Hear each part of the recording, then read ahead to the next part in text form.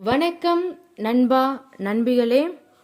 நம்ம எல்லாரும் பயப்படுற ஒரு சாமி அப்படின்றப்போ, ஒரு தெய்வம்ன்றப்போ சனி பகவான் தான். இந்த 8 விஷயங்கள் தொடர்ந்து உங்கள் வீட்டில் நடந்துகிட்டே இருக்குன்றப்போ சனி பகவான் உங்கள் மீது கோபத்தில் இருக்காருன்றதுக்கான அர்த்தம். நவ கிரகங்கள் ஒருவராக இருக்கும். சனி பகவானை கண்டு பயப்பட வேணாம். ஏன்னா எந்த அளவு அவர் நல்லவரோ அந்த அளவு அவர் நம்மளுக்கு எந்த அளவு கெட்டதல் கொடுக்குறாரோ அந்த அளவு நல்லதை வாரி வாரி வழங்குவார். நம்ம கிரக நிலைகளில் சனி பகவான் மட்டும் சரியாக இல்லைன்னு வந்துருச்சுன்னா நம்ம எதை தொட்டாலும் தொலங்கவே தொழாது, எங்கே போனாலும் பிரச்சனையாக இருக்கும். அந்த வகையில் நம்முடைய வீட்டில் சனி பகவானோட பிரச்சனை வந்து அதிகமாக இருக்குது. 7 சனி நிலையில் இருக்குது, சனி தோஷம் இருக்குது, சனி நிலை சரியில்லை, கண்ட சனி இருக்குது. இது மாதிரி பல விதமான விஷயங்கள், பிரச்சனைகள், நெருக்கடிகள், தாங்க முடியும் மனவிதைகள் நிறைய இருக்கும். அந்த மாதிரி நீங்கள் காகத்துக்கு சாப்பாடு வச்சிங்கன்னா கூட அவங்க எடுக்க மாட்டாங்க. இந்த மாதிரி அடுத்தடுத்து உங்கள் விஷயத்தில் நடக்குதுன்றப்போ என்ன மாதிரி அறிகுறிகள் இருந்தாங்க அப்படின்றப்போ சனி பகவான் உங்கள் மேலே கோபமாக இருக்காருன்றதை தெரிஞ்சுக்கோங்க. முதல் விஷயம், உங்கள் வீட்டுக்கு அருகில் இல்லை உங்கள் வீட்டை சுற்றி அரச மரம் முளைச்சிருந்தாலோ நீங்கள் எத்தனை முறை வெட்டினாலும் மீண்டும் முளைத்து வந்துட்டே இருக்குன்றப்போ சனி பகவான் உங்கள் மீது கோபத்தில் இருக்காங்கன்னு அர்த்தம். ஏன்னா வீட்டுக்கு பக்கத்தில் வீட்டில் கண்டிப்பாக அரச மரம் வளரக்கூடாது. அவரோட கோபம் நீங்கள் தனியணும் அப்படின்றப்போ தான தர்மம் பண்ணிங்கன்றப்போ சரியாகும். அதனால் உங்கள் வீட்டில் அது வளர்ந்துட்டே இருக்குன்றப்போ நிச்சயமாக சனி பகவான் ஆதிக்கம் அதிகமாக இருக்குன்னு அர்த்தம். அதே மாதிரி உங்கள் வீட்டோட சுவர்களில் வந்து அடிக்கடி விரிசல் ஏற்படுது. அதில் பாழடைந்த வீட்டில் வந்து ஏற்படும். இருந்தாலும் ஒரு சில வீடுகளில் வந்து காரணமே இல்லாமல் விரிசல் ஏற்படும். சுவர்கள் விழும் நிலையில் இருக்கும். பல இடங்களில் விரிசல் அதிகரித்து காணப்படும்.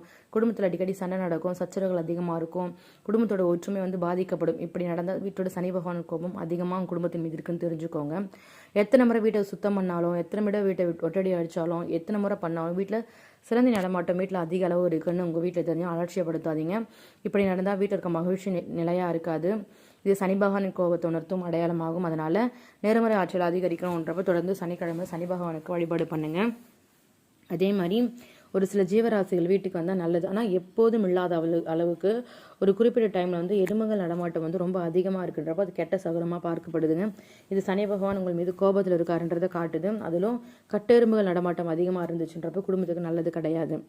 அதே மாதிரிங்க வீட்டுக்கு அடிக்கடி ஒரு கருப்பு பூனை வருது அப்படின்றப்போ நிச்சயமாக கருப்பு பூனை குட்டி போடுறது. ஆகவே சனி பகவான் கோபத்தோட அடையாளம். குடும்ப ஒற்றுமை சீர்குலையும், மகிழ்ச்சி குறையும்.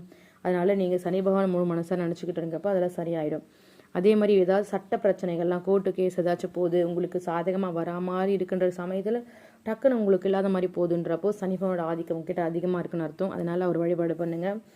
ஒரு போனால் இன்னொரு பிரச்சனை போனால் இன்னொரு பிரச்சனை, ஒரே நேரத்தில் பல விதமான பிரச்சனைகள் அழுத்துது அப்படின்றப்போ சனி பகவானோட பாதிப்பு அடையாளம் இது. நீங்கள் முன் செய்த வினைகளின் பாதிப்பாக கூட சனி பகவான் இது மாதிரி பிரச்சனைகளை வந்து உங்களுக்கு தருவாருன்றது அர்த்தம். இதுலேருந்து விடுபடணும் அப்படின்றப்போ சனி பகவானோட மனம் குளிரும் வகையில் வழிபாடுகள் செய்கிறது சிறப்பு. அதே மாதிரி வேலை செய்கிறீங்கன்றப்போ மேலதிகாரிகளால் இல்லை உடன் வேலை செய்கிறவங்களால தொடர்ந்து பிரச்சனைகள் வந்துக்கிட்டே இருக்கும். சனி பகவான் உங்களுக்கு சோதனை தரன்னு அர்த்தம். அதனால் எந்த பிரச்சனை வந்தாலும் அதுலேருந்து தப்பிக்க குறுக்கு வழி கையாளாமல் பொறுமையாகவும் நேர்மையாகவும் இருங்க. சரி, இந்த மாதிரி பிரச்சனைகளை எங்கள் வீட்டில் நான் சொன்ன 8 அறிகுறிகள் எங்கள் வீட்டில் இருக்குங்கன்றப்போ ஒரு பிரச்சனையும் கிடையாது. சனி பகவான் நீதி மற்றும் கருமாவோட தெய்வமானவர். அதனால் நம்ம தெரிஞ்சும் தெரியாமலும் செய்த தவறுகளுக்கு அவரோட மனதார மன்னிப்பு கேட்டு தொடர்ந்து அவர் வழிபாடு செஞ்சு வந்துட்டு இருந்தோம்னா நம்மளுடைய கருமாக்கள்லாம் குறையும். முக்கியமாக உங்களுடைய வீட்டில் வந்து தொடர் சனி பகவான் வழிபாடு பண்ணணும். ஜஸ்ட் அவர் ஒரு நிமிஷம் நீங்கள் மனசில் நினச்சிங்கனாவே போதும், உங்களுடைய அனைத்து கஷ்டத்தையும் அவர் தீர்த்து வைப்பார். சரிங்களா? அதே மாதிரி அடுத்தடுத்து நிறைய பிரச்சனைகள் வந்துகிட்டே இருக்குன்றப்போ கோவிலில் போயிட்டு ஒரு 16 நாளோ 9 நாளோ ஒரு தீபம் ஏற்றிட்டு சனி பகவான் கோவிலை சுற்றி வந்துட்டீங்கன்றப்போ எல்லா பிரச்சனையும் சரியாயிடுங்க.